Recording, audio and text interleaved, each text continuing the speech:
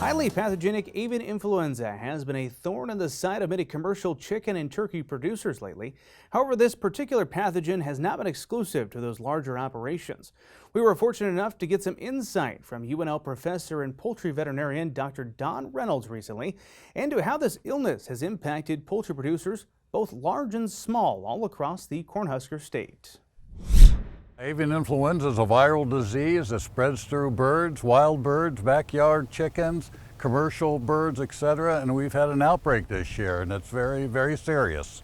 The commercial industry has been hit very, very hard in the Dakotas, Minnesota, Iowa, primarily in turkeys and commercial laying chickens. We have had an outbreak in broiler chickens, and we had a very serious one right here in Nebraska, where nearly 1 million birds had to be depopulated because of this disease. We're real concerned about backyard producers because typically, let me contrast this with commercial producers.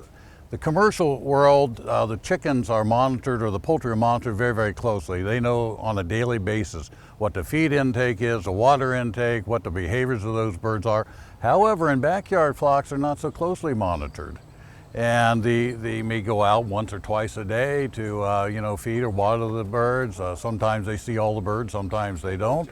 But even more so, the birds typically are housed outside and they have access to wild birds and wild waterfowl. And in this season where we have all these migrating waterfowl and birds, and now we have spring upon us and a lot of wet, moist conditions, this is a perfect time for the spread of the virus.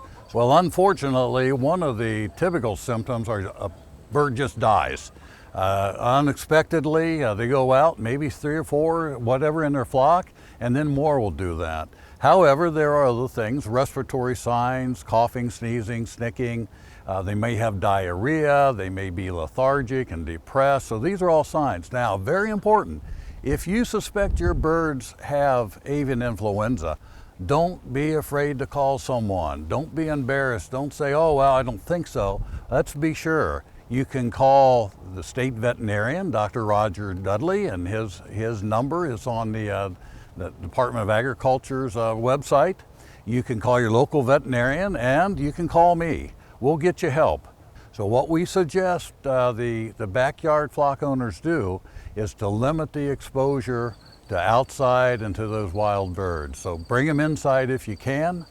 Make sure you wall off or separate the feeders and the waterers so that wild birds don't fly in, get a free meal, and expose those their chickens.